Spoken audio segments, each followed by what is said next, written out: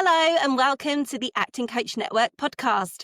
I'm your host, Savannah Madden, acting coach, award-winning theatre school owner and business coach for performing arts professionals, tutors and small business owners who want to grow their businesses with confidence, resilience and to step into their CEO mindset without burning out. Today's guest is someone who believes wholeheartedly that dance should be for everyone. Jack Seager began his school in 2023 with just 2 students and a very big vision. As a performer who has worked across the West End, Panto, TV and at sea, Jack knows what it feels like to live inside this industry. The highs, the grind, the resilience it asks of you, and the joy it can create. What struck me about Jack when I first came across his work is the why behind his school. He and his team intentionally built a CIC, which stands for Community Interest Company, because they wanted families from all backgrounds to have access to professional dance training without the barrier of cost or privilege. They now have 23 students and a growing community that is built on encouragement, expression, and genuine opportunity.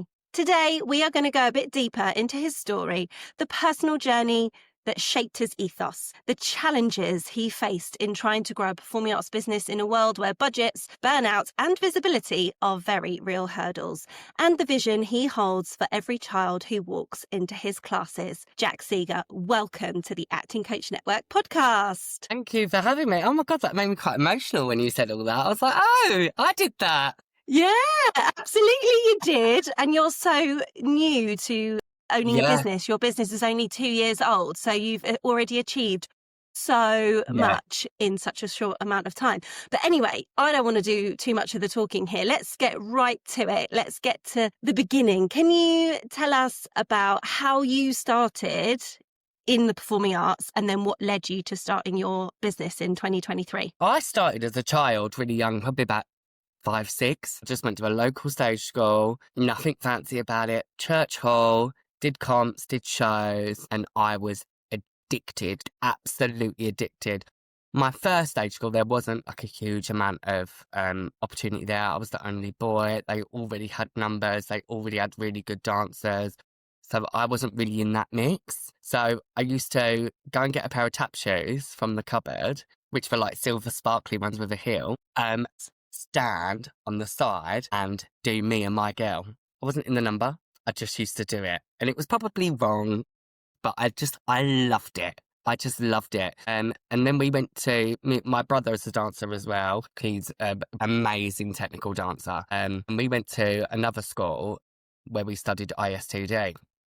And it was really regimented. Like, she was Miss Elizabeth. That's what her name was. And she was Sergeant Major. Yeah, really, really strict. But I still loved it. Old school? Like really old school? Really. Yeah. Like curly hair, pair of jazz shoes and a pair of jazz trousers. Do you know what I mean? Like, she was that sort of woman. But she was really, really good.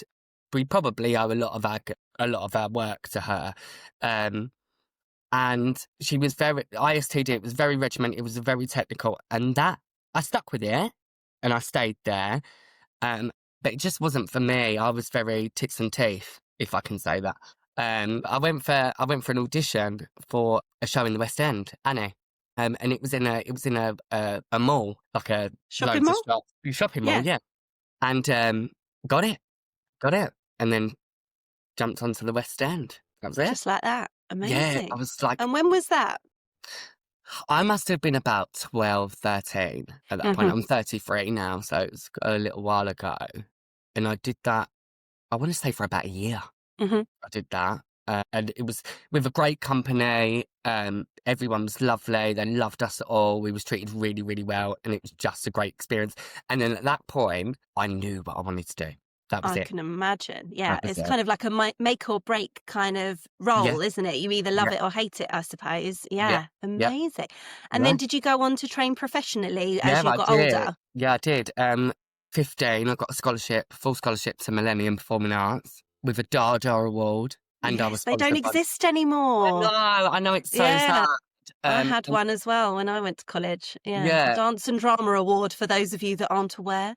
Yeah, and I didn't get a full scholarship to start with at all. They called me and said that, I got a letter through the post and said that I'd got in, but there was no mention of a scholarship. My mum had 4 children that were doing everything. So she just couldn't afford it. So she fought tooth and nail to get me where I needed to be. I got my full scholarship. I got my Dada Award. I was sponsored by the Freemasons. She did absolutely everything for us. So yeah, I did. So I went to Millennium and I didn't finish. Oh, really?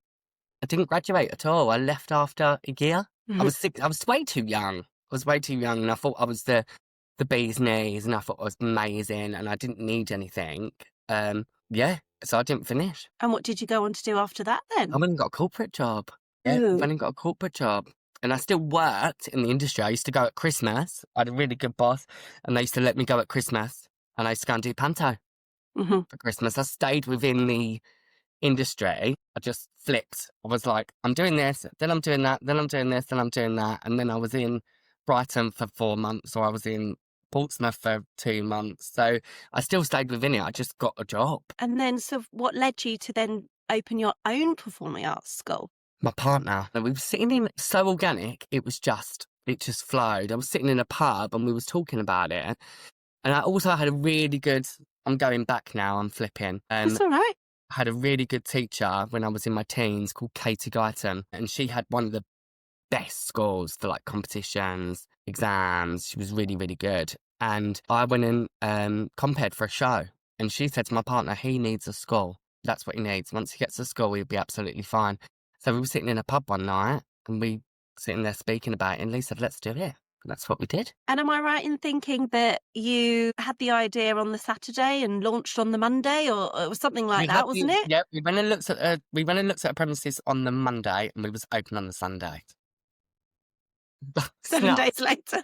It's absolutely nuts. But I don't think I know anybody that's opened a school in 7 days, so you're very unique in that respect.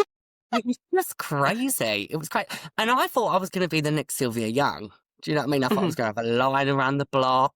People are going to be itching to come to my school. And that just wasn't the case. I had 2 students through the door. One of them was, because I was still working full time. One of them was my boss's granddaughter, and one of them was my nephew. Fantastic. And that was what I had. And I employed a teacher, a tap teacher. No means to pay her. I hope you did though. But we did, of course we did. Yeah. We just did it. We just put a pot of money in, and that was how what we did. Okay, so tell us more about the fact that you launched the school as a CIC, which, as I mentioned at the beginning there, that stands for a community interest company. So it's quite a bold move. I mean, I think people listening will probably have understood already by now that you make quite bold moves, which I love. Yeah. But can you take us back to that moment in the pub when you were discussing this and you chose to launch it in that way? What was the reason for it? That wasn't the start of it, to be honest with you. Okay. The start of it was always to make dance accessible, because we knew the struggles. We knew the struggles to get into college. We knew the struggles to get right teachers. It's expensive. This industry is expensive, and I don't think people realise how expensive it is. You've got competition entries, especially nowadays. Everything's Americanised within the dance world, which is great in some aspects and not so great in other aspects. But it's expensive, and my mum fought tooth and nail for us. And I wanted to give something back through her. Maybe a little bit in my subconscious. So I wanted to make it accessible. And there's so much talent out there, and it's missed because they can't afford it. And that's not what we wanted to do. We didn't really think about the money. We didn't really think about how the dance school was going to survive. We just went, this is what we're doing. And that's our ethos. And that's what we stuck with. So we had a lot of help from a neighbour of ours, and she has a CIC company. Right. And we had a chat with her, and we was like, do we open it as a limited? Which we didn't really want to do because there's a lot involved with that. Did we open it as a charity? Which we didn't want to do because we still wanted to charge. So the in-between ground was the CIC.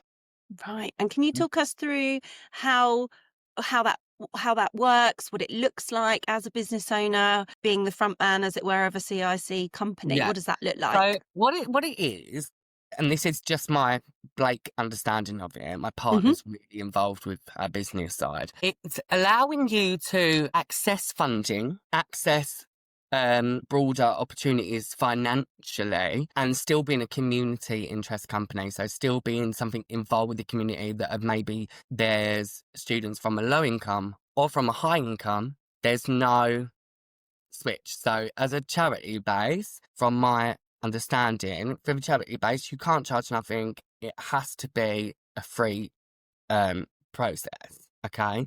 Getting funding with that is difficult because there's no funding. Right. Nowhere.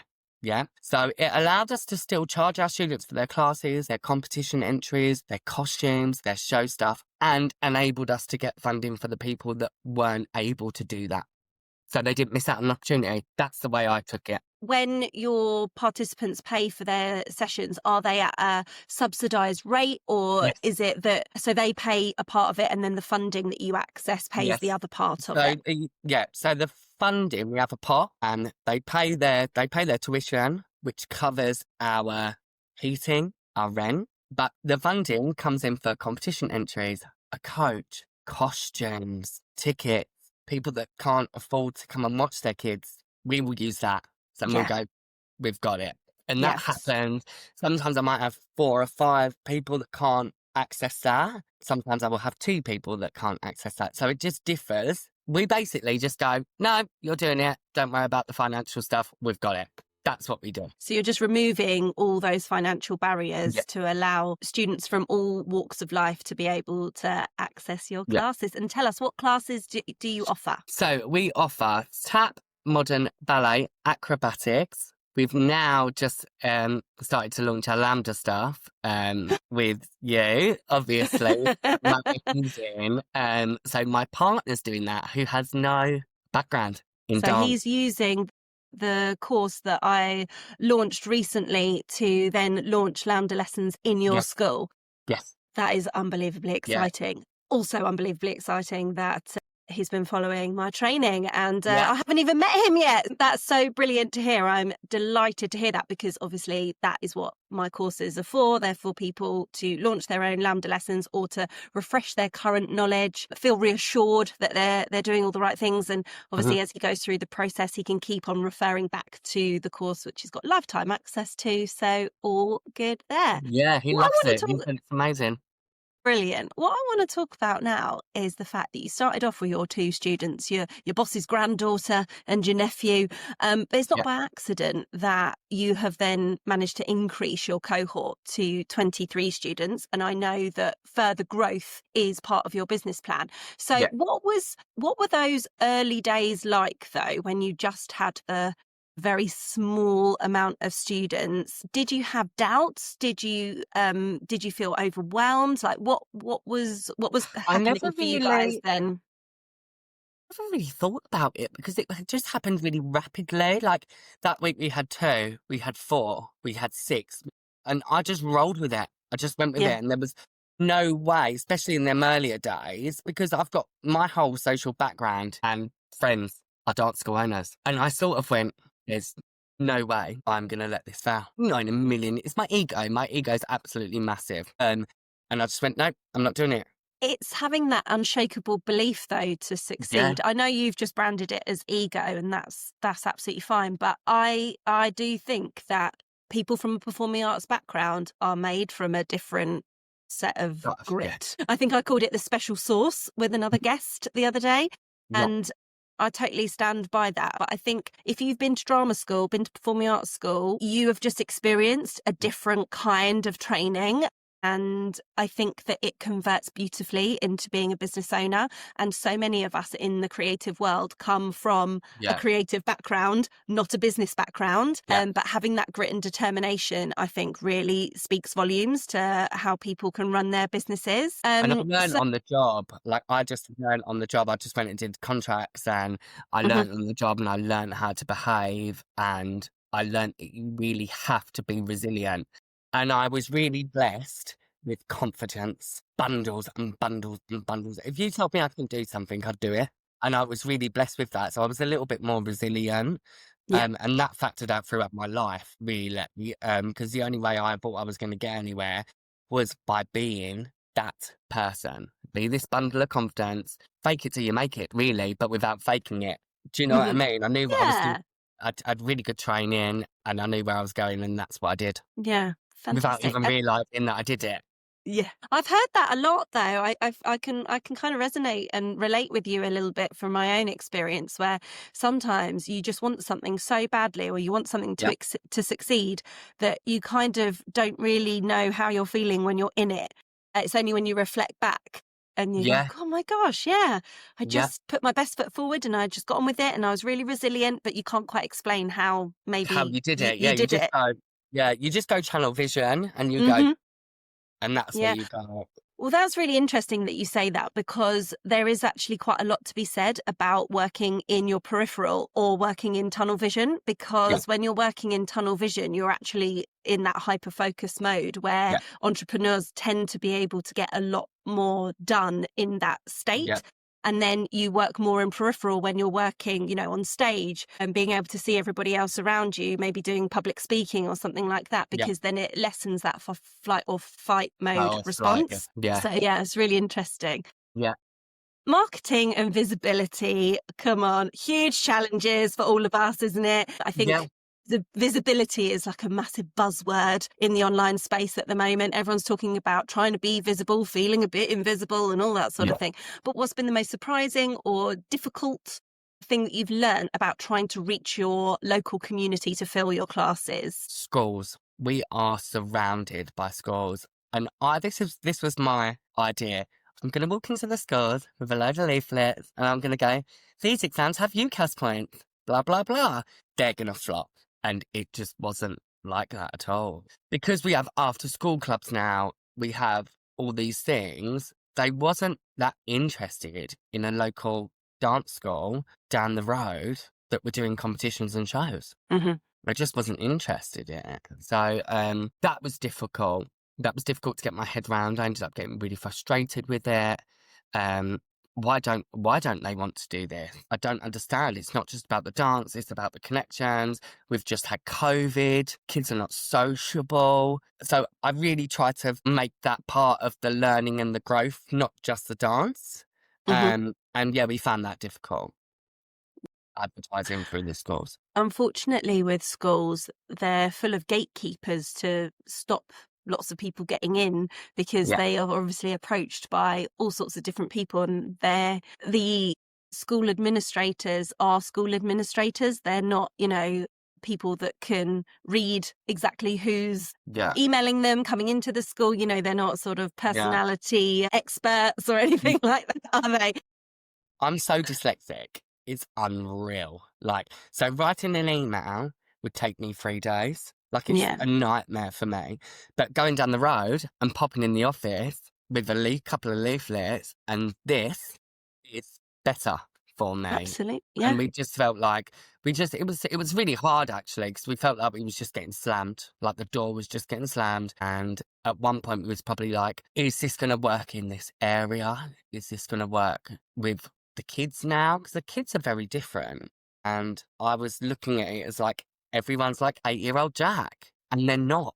They're not. Some kids don't want to be on stage. Some kids just want to come and do a few forward rolls, and they're quite happy with that. And I really had to learn that. And that's probably took me 2 years to learn that. And do you mean that you've had to adapt your teaching style and your 100%. class community Yeah. to be able to ensure that everybody's needs are being met in your Yes. classes? Yes, Yeah. exactly. Yeah, Hmm. really, really had to adapt, really. And I've had to take a few little words of wisdom and go, maybe you're not always right, Yeah. which is a horrible thing. And especially for someone like me. Let's call it.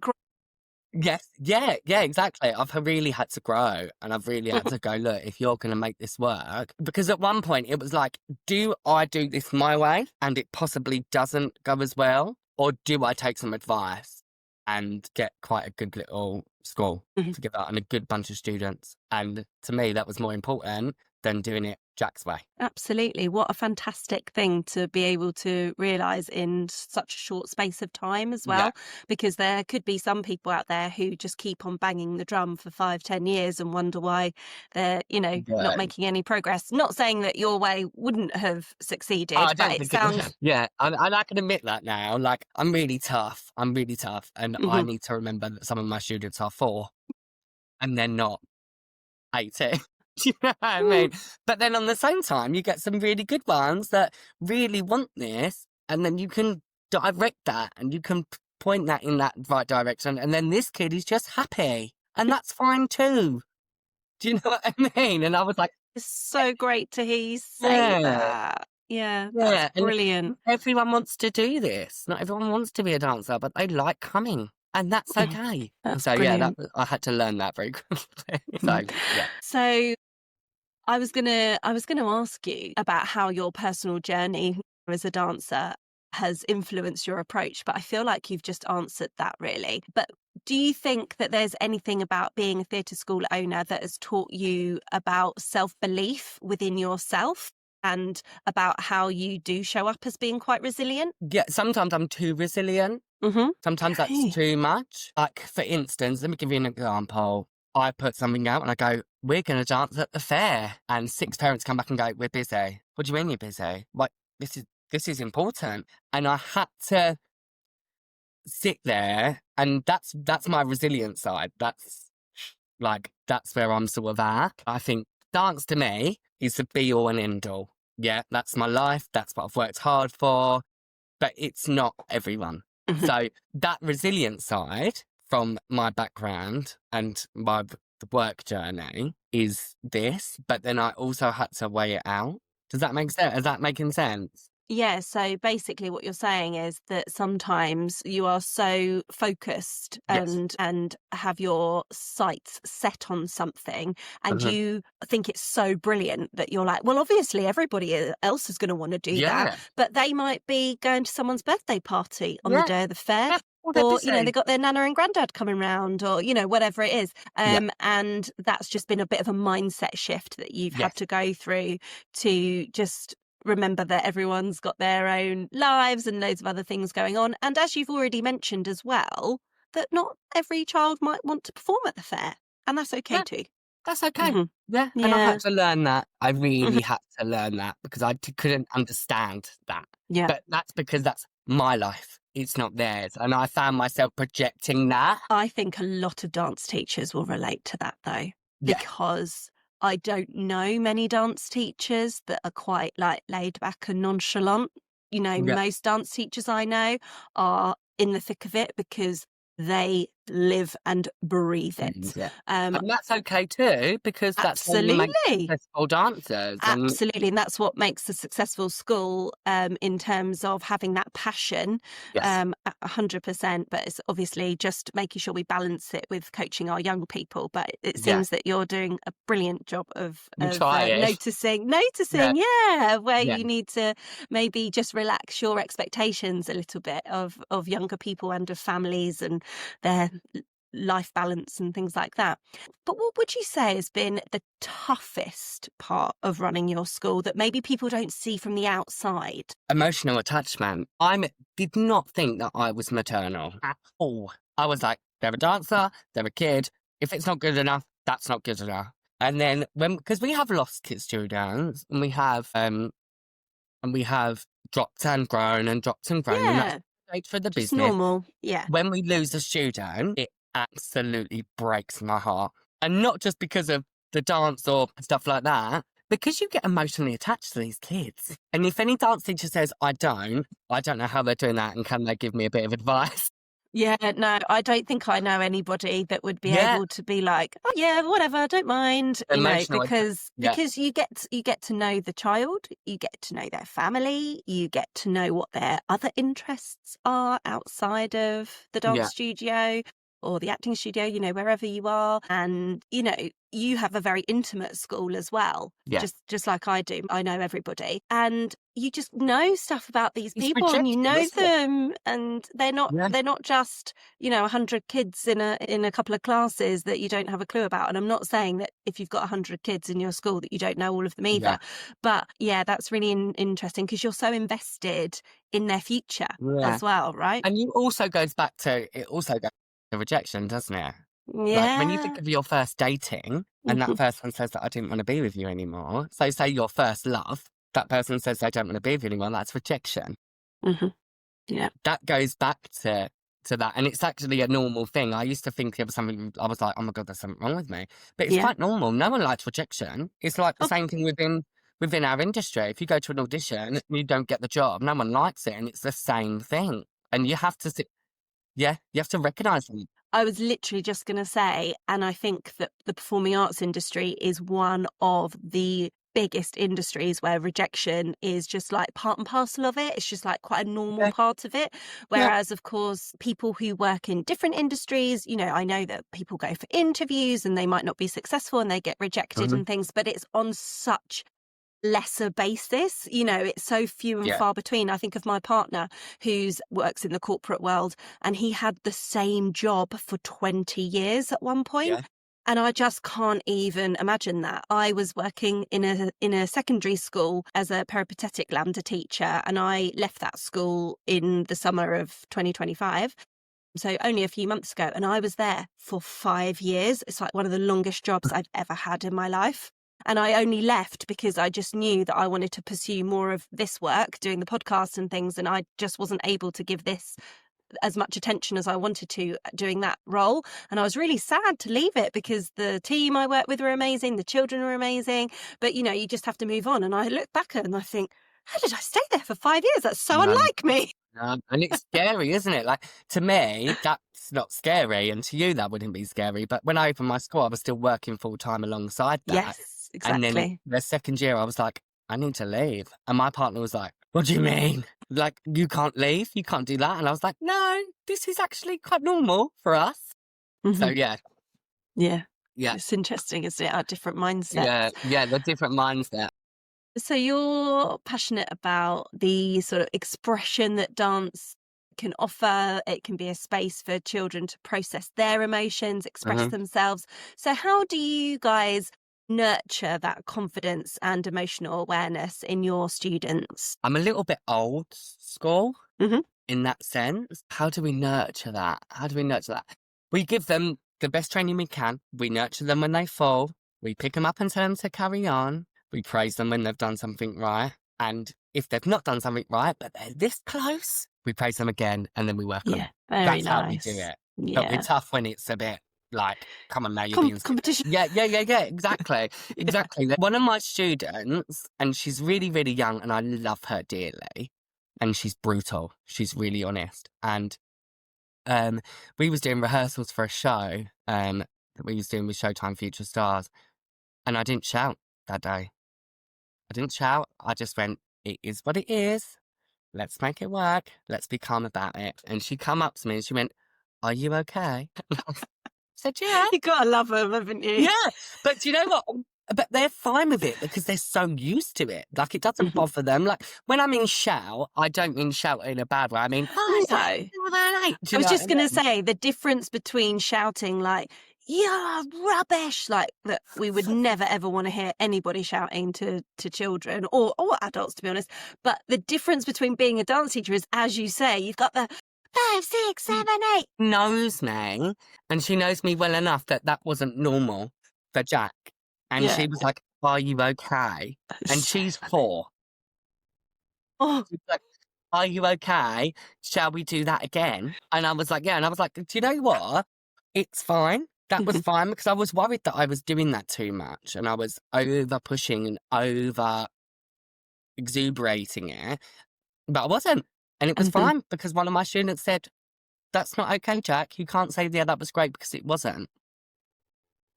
Do you know what I mean? Yeah. I definitely got that when I was at dance school. We didn't enjoy it very much if teachers just kept on saying, well done, doing really well. Yeah. We were like, what about my corrections? You know, Yeah. what about my notes?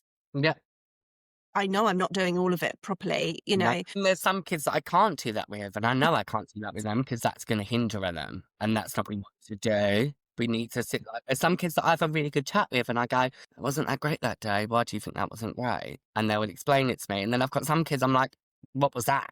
And they're like, I don't know. Do you know? So you just learn how to deal with different students. And I think we're in a world at the minute, which is fun. And I think it's great that being autistic or dyslexia or dyspraxia is really open and people can get help for that. But I do think that they're still just little human beings and they're just trying to figure their way.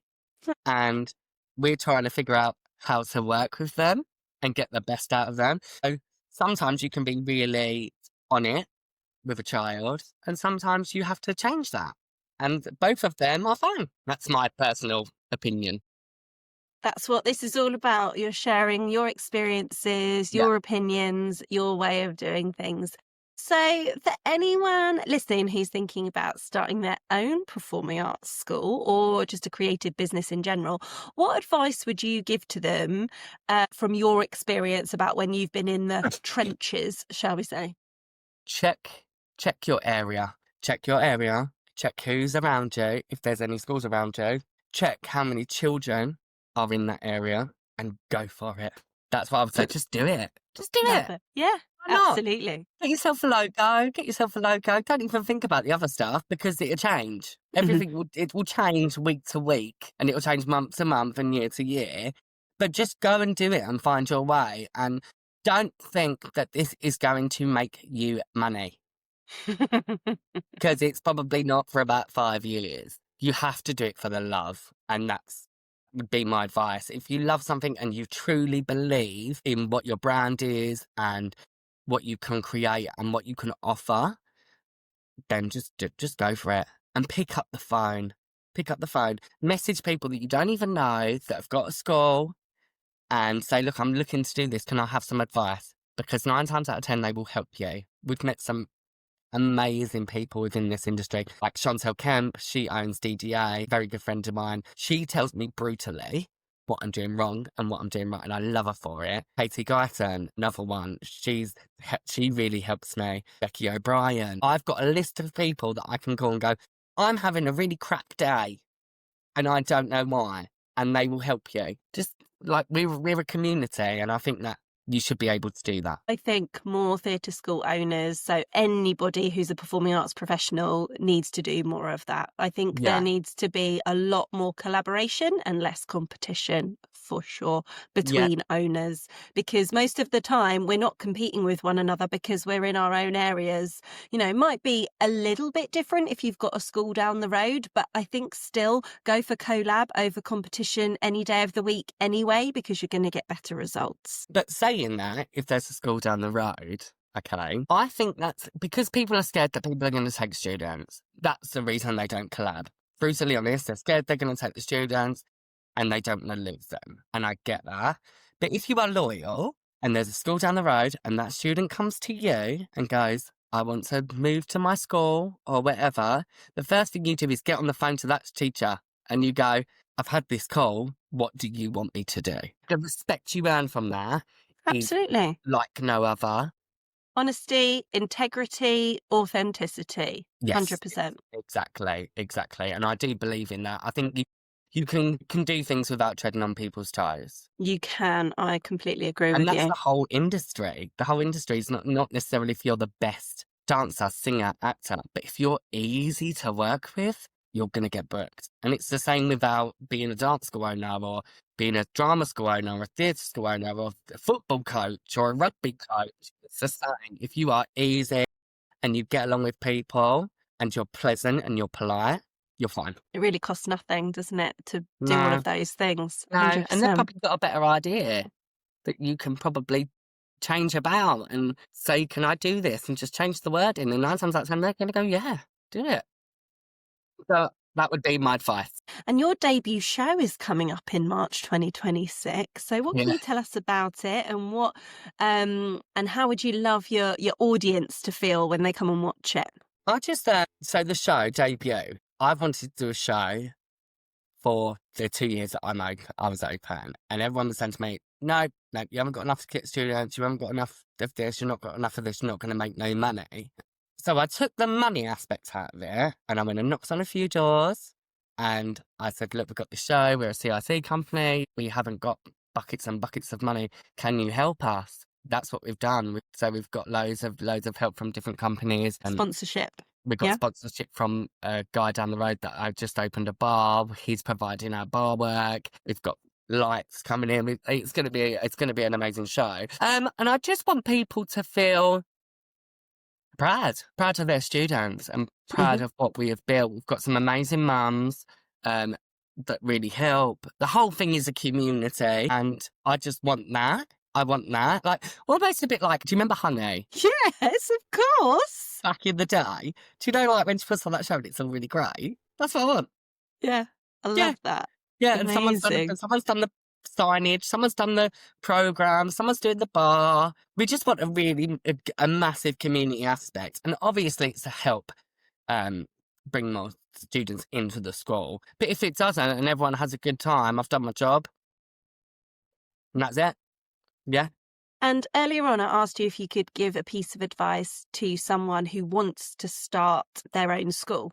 But the question I always ask at the end of every episode is if you could give one piece of advice to just a fellow creative business owner or fellow performing arts professional who could be at the same point as you in their journey or a bit further along, anybody like that. And if they're feeling a bit stuck right now, what advice would you give them if they were feeling stuck and not sure what to do? Have a down day. Sit there and cry about it. Sit there and think you can't do it. Have all that and then get up the next day and go, do you know what? I can do this. I'm just not going down either you're down the right path, you're not going down the right avenue, you've not got the right people, especially with funding. Funding is hard because you can't just go on the internet and look for funding. You really have to connect with people. Again, get on the phone, knock on the door, be really annoying. Hi, it's me again, you're right. And things like that will happen, and it will happen for you. You've just got to really believe in what you're doing and remember why you started doing it. Just go back to the why all the time. Go back to the why. Go back to the why. That. And if anyone has got a CIC company out there or they want some advice or stuff like that, send me a message and I'm more than happy to give people advice from the advice that I've had and I know. Amazing, Jack. Thank you. You've shared some great opinions and thoughts and info with us today. So if we do need to send you a message to ask you about funding or any other aspects of being a performing arts business owner, where could we find you to contact you? So our Facebook is JSSD. Instagram is Jack Seager School of Dance _ and our website is Jack Seager School of Dance, and you can pop a message on the website as well, or send me a message on Instagram and Facebook or wherever. And can students sign up for your classes through your website as well? Yes, they can. So we offer free trials for the first class. When you come to our schools, you get a welcome pack. One of our principals, either me and Lee, will sit down and talk you through what we do, what we're about, and what your options are. So when you get our forms, if you don't want to be a performer and you just want to come and take a class, you tick that box. If you want to do competitions, you tick that box. If you want to do shows, tick that box. There's just no pressure to do anything that you don't want to. And again, that's took me 2.5 years to do that. I'm finally there. But that's all good. That sounds like a wonderful first experience of the Jack Seager School of Dance to have when they walk through the doors. And thank you so much for all your time today, Jack. Thank you for having me. I've had a fabulous time. And thank you so much for listening to this episode of the Acting Coach Network podcast.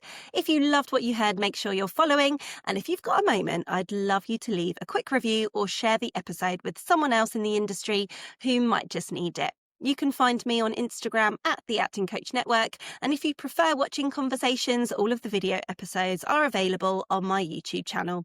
Just search the Acting Coach Network and hit subscribe to join us there too. And if you're looking for support to grow your coaching business or creative career with confidence, resilience, and without burning out, I'm offering a 3-month one-to-one coaching program where you get to the bottom of what you most need help with in your business. You can also find my latest free resource in the show notes. I'll be back soon with more real conversations, expert insights, and tools to help you build a business you love. Until next time, keep going, stay kind to yourself, and I'll see you soon.